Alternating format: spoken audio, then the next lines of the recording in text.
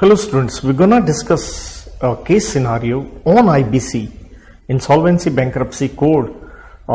This is a case scenario given under RTP November 2021 examination, जो obviously December 2021 के लिए है.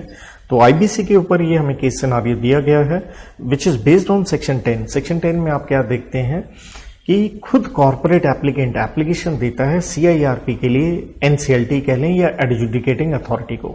सेक्शन 12 में हम उसका टाइम पीरियड पढ़ते हैं कि 180 प्लस 90 दिन का एक्सटेंशन, मैक्सिमम 330 दिन केसेस डाल के हो सकते हैं. और सेक्शन 15 में हम पढ़ते हैं जो IRP होता है, इंटरिम रेजोल्यूशन प्रोफेशनल, उसे पब्लिक अनाउंसमेंट करनी होती है जैसे वो अपॉइंट हो जाता है उसके 3 दिन के भीतर. तो इसके ऊपर ये हमें केस सिनारियो दिया गया, we gonna discuss. Let's have a look. कहता है वी कॉन्ट्रैक्टर्स लिमिटेड, ये आप एक पब्लिक कंपनी है, कंपनीज एक्ट में रजिस्टर्ड है, इंजीनियरिंग कंस्ट्रक्शन का आप काम कर रहे हैं. पिछले 2 बरस से कंपनी स्ट्रगल कर रही है, आप कई स्टेक होल्डर्स का पैसा नहीं दे रहे हैं, जैसे आपके लेंडर्स जो हैं working capital. So that means जिन्होंने वर्किंग कैपिटल के लिए पैसा दिया है तो वो हमेशा एक आपको क्या दिया है, पैसा दिया है, which becomes what, a loan और फाइनेंशियल डेट. ये पक्का ध्यान रखें. सप्लायर्स और मटेरियल, ऑब्वियसली इससे आप क्या बनते हैं, ऑपरेशनल क्रेडिटर बनते हैं. यहाँ क्या बना, फाइनेंशियल क्रेडिटर बना. सो कहता है the amount lent by lenders for working capital is secured by first charge. तो ऑब्वियसली वर्किंग कैपिटल के लिए पैसा उठाया लेकिन वो साथ में सिक्योर्ड भी है. तो इससे क्या हुआ, नो डाउट आप फाइनेंशियल क्रेडिटर के साथ साथ कंपनी के क्या बन गए, सिक्योर्ड क्रेडिटर भी बन गए, जिसकी डेफिनेशन हम पढ़ते हैं सेक्शन 3 सबसेक्शन 30 के अंदर. तो उसके ऊपर करंट एसेट्स वगैरह हमने गिरवी रखे हैं. आप हैं मिस्टर रवि जो कि CFO है और ऑथराइज पर्सन है टू मेक एन एप्लीकेशन. देखिए हम क्लियरली पढ़ते हैं सेक्शन 5 सब सेक्शन 5 के अंदर कि भैया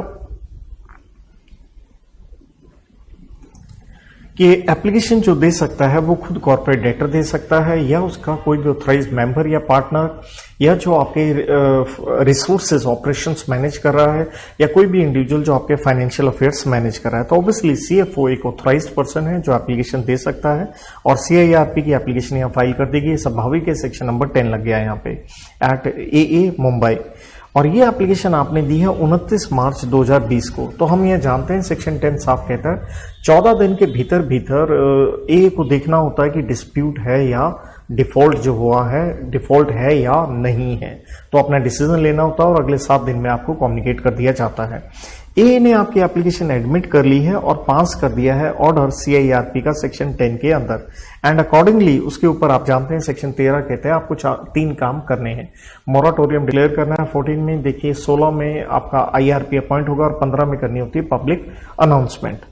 तो कहता है जो ऑर्डर पास किया गया है उस ऑर्डर में नहीं लिखा था अपॉइंटमेंट ऑफ IRP. देखिए हम क्लियर जानते हैं सेक्शन 10 साफ कहता है कि जब आप कॉर्पोरेट एप्लीकेंट हैं, जब आप एप्लीकेशन देते हैं A को, तो आपको नाम प्रपोज करना होता है IRP और उसके ऊपर A देखता है कहीं कोई डिसिप्लिनरी प्रोसीडिंग पेंडिंग तो नहीं है और उसको नेचुरल है IRP बना दिया जाता है. लेकिन कहता है ये इन्होंने नहीं देखा इस विषय में और इसलिए IRP अपॉइंट किया गया एक सेपरेट ऑर्डर 30 अप्रैल 2020 को. तो एक बढ़िया प्रश्न यहाँ ये क्रिएट होता है, हम ये पढ़ते हैं सेक्शन 10 के अंदर कि CIRP कमेंस किस दिन होती है, जिस दिन आपकी एप्लीकेशन एडमिट हो जाए. तो देखिए हमने 29 मार्च को एप्लीकेशन दी थी जो कि एडमिट हो गई.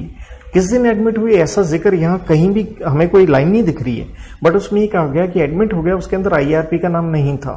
तो कहता वो अपॉइंट होता है 30 अप्रैल 2020 को. तो अंडरस्टूड हम यही कहेंगे कि एप्लीकेशन इसी दिन एडमिट हुई है. तो बढ़िया, ये एक प्रैक्टिकल प्रॉब्लम है, ध्यान रखें. The said order was received by Mr. Ravi on 3rd of May. तो कहने का मतलब है जो रवि है यहाँ पे IRP हैं, 3 मई को उन्हें पता चलता है मैं बन गया हूं. बनते सारी आप जानते हैं उन्हें क्या देनी पड़ती है, एक पब्लिक अनाउंसमेंट करनी पड़ती है. सेक्शन 15 के अंदर वो 3 दिन के अंदर आपको करनी पड़ती है. And on the very same day mister Rahul was informed regarding his appointment. So mister Ravi यहाँ कौन थे, देखिए CFO थे. IRP का देखिए हमें कोई नाम नहीं दे रखा था, राहुल को अपॉइंट किया गया है और कॉपी ऑफ ऑर्डर जो रवि जो कि CFO उन्हें मिलता है 3 मई को और उसी दिन उन्होंने सेम डे राहुल को बता दिया है. तो 3 दिन के अंदर वो अपनी पब्लिक अनाउंसमेंट करेगा. सब्सिक्वेंटली राहुल ने पब्लिक अनाउंसमेंट कर दी और to control over the assets of corporate debtor.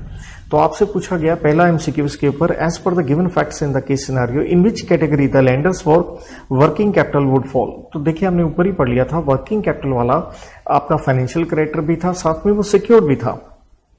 तो ऑप्शन ए भी ठीक है, बी भी ठीक है, रादर दोनों ही ठीक है। तो एंड वर्ड वाली बेटर है, तो ऑप्शन नंबर डी।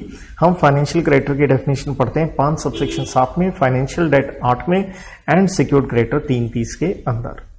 अगला प्रश्न, what among the following is necessary for filing application for CIRP by authorised representative. तो देखिए कहता है क्या चीज जरूरी है। तो यहां जब हम पढ़ते हैं ऑप्शन, जैसे पहले कहता है रेजोल्यूशन, तो हम क्लियरली जानते हैं अगर आप कंपनी हो तो एसआर पास करना पड़ता है, स्पेशल रेजोल्यूशन पास आपको जनरल मीटिंग में करना होगा। तो ऑप्शन नंबर बी बहुत ही बढ़िया है, सेक्शन 10 के ऊपर आंसर आ गया ये। अगला है कौन सी डेट को insolvency commencement date, which date shall be considered as insolvency commencement date. जैसे मैंने कहा आपकी एप्लीकेशन जिस दिन एडमिट होगी, यहां आईआरपी का इश्यू था जो 30 अप्रैल को कंफर्म होता है, तो इसलिए आंसर क्या देंगे 30 अप्रैल। What date shall be the last date for completion of CIRP including any extension granted under section 12? 180 दिन होता है, 90 दिन का एक्सटेंशन मिल सकता है, लेकिन कोई लीगल प्रोसीडिंग चल रही हो तो मिला के 330 दिन हो सकते हैं। या ये भी ध्यान रहे, एक केस था COC of SR steel limited versus SK Gupta का कि 330 दिन के बाद भी एक्सेप्शनल सिचुएशन में बढ़ाया जा सकता है, बट 330 दिन लेके चलिए। और 330 दिन कहां से लेके चलेंगे, देखिए 30 अप्रैल को आपका ऑर्डर आया था, तो आप 330 दिन जब ऐड करेंगे इसके हिसाब से, तो जो आपको ऑप्शंस दे रखी हैं वो निकल के आती है ऑप्शन नंबर बी, 25 मार्च 2021 तक ये कंप्लीट हो जाना चाहिए। आगे है under the case scenario by which date mister Rahul, जो कि आईआरपी हैं, वो पब्लिक अनाउंसमेंट करें। जैसे हमने क्लियरली पढ़ा था 3 मई को भाई उसका कम्युनिकेशन मिला था उसका अपॉइंटमेंट का, उसी दिन हमने उसे बता दिया था, तो आने वाले 3 दिन में उसे करना है सेक्शन 15 में पब्लिक अनाउंसमेंट। तो 3 मई में 3 दिन आप ऐड करेंगे, तो यहां आंसर क्या आ गया 6 मई। तो इसके साथ ये केस सिनेरियो हमारा समाप्त होता है। Thank you.